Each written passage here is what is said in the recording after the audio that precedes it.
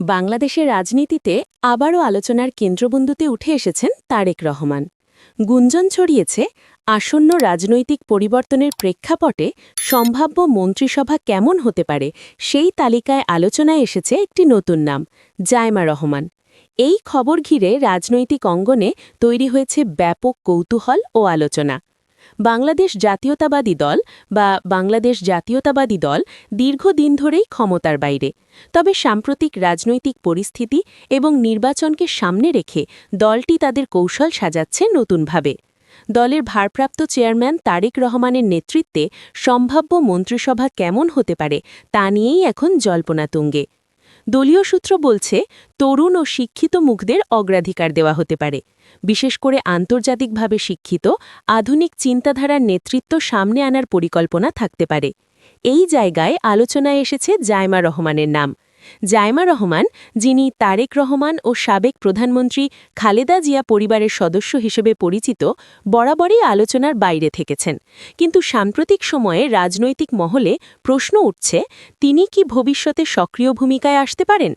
তবে এখনও পর্যন্ত বিএনপির পক্ষ থেকে আনুষ্ঠানিকভাবে কোনো মন্ত্রিসভা তালিকা ঘোষণা করা হয়নি। তাই পুরো বিষয়টি এখনও রাজনৈতিক বিশ্লেষকদের আলোচনার মধ্যেই সীমাবদ্ধ। বিশ্লেষকরা বলছেন, যদি বিএনপি সরকার গঠন করে তাহলে অর্থনীতি, পররাষ্ট্র, স্বরাষ্ট্র ও শিক্ষা এই গুরুত্বপূর্ণ মন্ত্রণালয়গুলোতে অভিজ্ঞ নেতাদের দেখা যেতে পারে। পাশাপাশি তরুণ প্রজন্মকে জায়গা দেওয়ার সম্ভাবনাও উড়িয়ে দেওয়া যাচ্ছে না।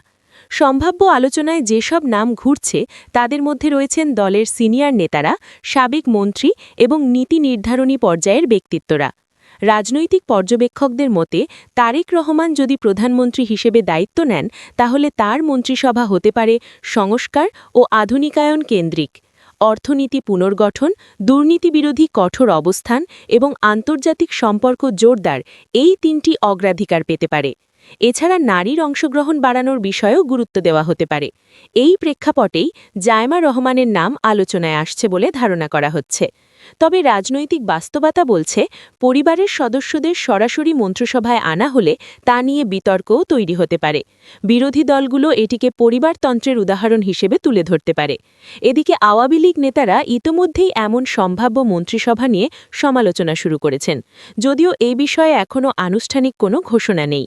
রাজনৈতিক বিশ্লেষকরা মনে করেন, আগামী নির্বাচনের ফলাফলই ঠিক করে দেবে ভবিষ্যৎ সরকার ও মন্ত্রিসভার চিত্র। তার আগে সব কিছুই সম্ভাবনা ও কৌশলগত আলোচনার অংশ। বিএনপির ভেতরে তরুণ নেতৃত্বের উত্থান এবং নতুন মুখ সামনে আনার চেষ্টা দলটির দীর্ঘমেয়াদী কৌশলের অংশ হতে পারে।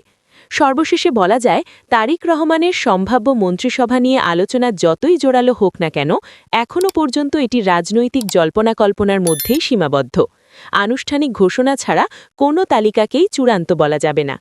রাজনীতির এই উত্তপ্ত সময়ে প্রশ্ন একটাই, নতুন নেতৃত্ব কি নতুন পরিবর্তন আনতে পারবে? আর সেই পরিবর্তনের অংশ হিসেবে কি দেখা যাবে জায়মা রহমানকে? উত্তর মিলবে সময়ের সঙ্গেই।